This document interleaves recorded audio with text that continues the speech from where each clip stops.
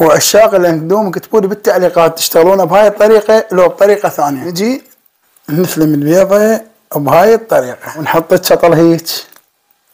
شوف شوف شوف شوف شوف شوف شوف اويلي يابا بسم الله. ناخير من البيض بعد. شوف لكم والله على الطعم دمار، يعني دمار شامل نهاية العالم. طريقة الاندومي بالخضار أكلة بسيطة وكل سهلة. عقد الطعام سمنة. نجي على المكونات.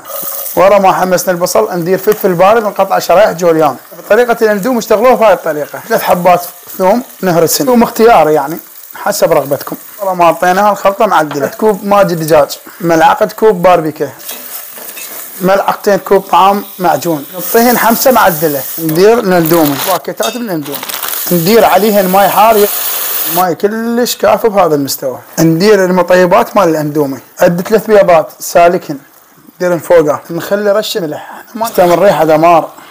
وكمل عندنا هذا الاندومي المعدل واللي يحبه قلبكم.